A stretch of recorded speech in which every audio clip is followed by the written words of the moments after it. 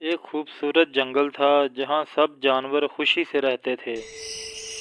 خرگوش ہنستے ہوئے بولا، واہ، میں تو پورے جنگل میں سے سب سے تیز ہوں۔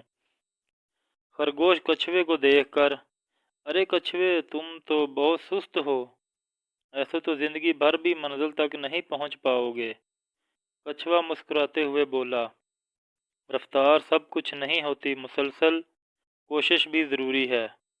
خرگوش، اگر ہمت ہے تو مجھ سے دوڑ لگاؤ۔ تمام جانور، ہرن، بندر، پرندے جمع ہو گئے۔ ہرن، ٹھیک ہے، کل صبح ریس ہوگی، جو پہلے درخت تک پہنچے گا وہی جیتے گا۔ خرگوش بجلی کی رفتار سے دوڑتا رہا۔ کچھوا آہستہ آہستہ، لیکن خرگوش نے خود سے کہا، کچھوا تو بہت پیچھے ہے، تھوڑی دیر سو لیتا ہوں۔ خرگوش درخت کے نیچے سو گیا۔